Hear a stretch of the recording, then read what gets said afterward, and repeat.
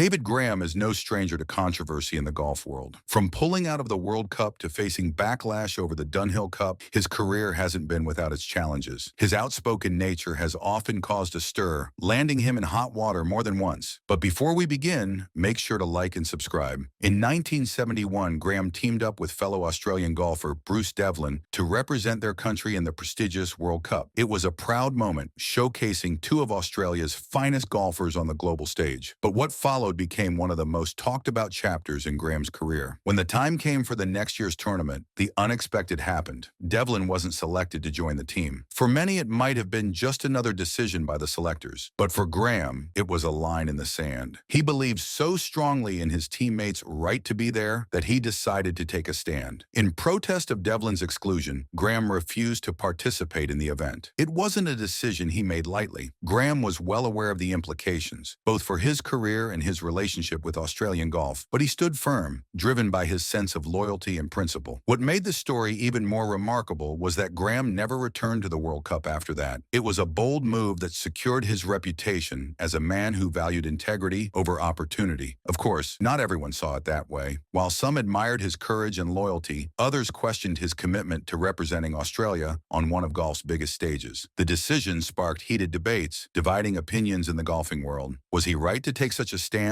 or did he let personal feelings overshadow his national duty? Things then went downhill during the 1985 Dunhill Cup at the iconic St Andrews in Scotland, which should have been a triumphant moment for Australian golf. With a powerhouse team comprising David Graham, Greg Norman, and Graham Marsh, Australia claimed victory on one of the sport's most hallowed grounds. It was a historic win, but the celebration was overshadowed by a storm of controversy that unfolded behind the scenes. The tension within the Australian team wasn't just about competition, it was personal. Earlier on, Graham Marsh had openly criticized David Graham for accepting appearance money to play in Australian tournaments. For context, appearance money is a fee paid to top players simply for showing up, often used by tournament organizers to draw big names and boost ticket sales. While this practice wasn't uncommon, it was a hot-button issue in the golf world, sparking debates about fairness and ethics. Marsh's comments struck a nerve, and the hate between the two golfers simmered as they prepared to represent their country. For Graham, the criticism felt like a personal attack on his integrity and professionalism. After all, he had built a career based on talent and hard work, and accepting appearance money wasn't exactly breaking the rules. But Marsh, who had a different view of the game's traditions, saw it as undermining the spirit of competition. When the three Australian stars joined forces for the Dunhill Cup, the underlying tension between Graham and Marsh became impossible to ignore. Despite their shared goal of bringing home a victory for their country, the friction added an unspoken weight to the tournament. It wasn't just about beating the other teams, it was about navigating the internal drama that threatened to overshadow their efforts. Their eventual win was remarkable, but the controversy left a lasting mark. Graham has never been one to hold back, and his outspoken nature has defined much of his career,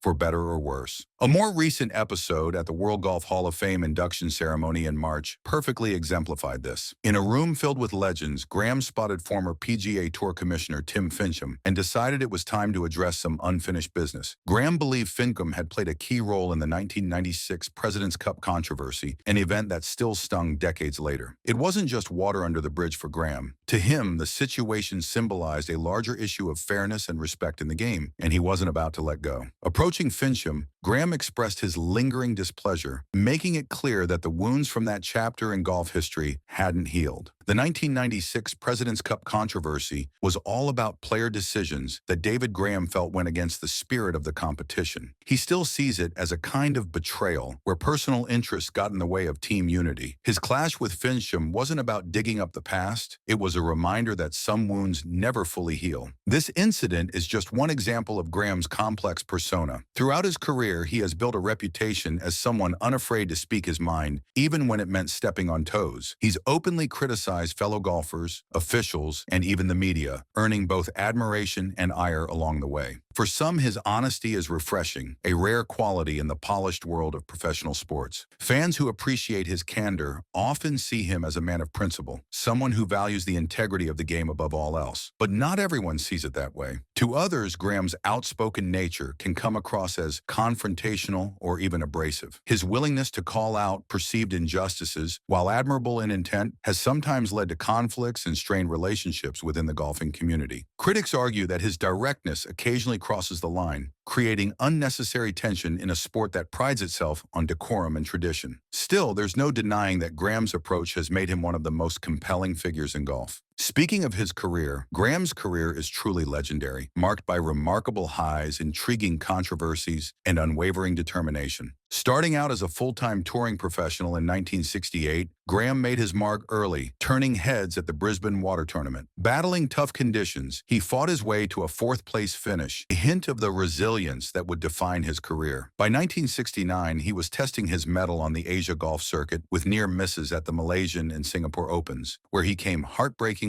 close to victory. In 1970, Graham began to shine. He claimed his first major wins in Australia, including the Tasmanian Open and the Victorian Open, where his record-breaking performance dethroned a course record set by none other than Gary Player. These wins signaled his arrival on the global stage, but his path wasn't without setbacks. His first attempt at PGA Tour qualifying school in late 1970 saw him fall short by a single stroke, a bitter pill to swallow. Graham's career hit new heights in 1979 when he captured his first major, the PGA Championship at Oakland Hills. It was a victory etched in drama. Standing on the final tee with a two-shot lead, Graham stumbled with a double bogey, forcing a sudden death playoff against Ben Crenshaw. But Graham's grit shone through as he sank clutch putts on the first two playoff holes and sealed the win on the third. Then came the 1981 U.S. Open at Marion, a performance golf fans still talk about. Starting the final round 3 shots behind, Graham played flawless golf, hitting every green in regulation and all but one fairway. His brilliant 67 catapulted him to victory, making him the first Australian to win the U.S. Open and solidifying his place in golf history. Yet Graham's career wasn't without controversy. At the 1985 Dunhill Cup,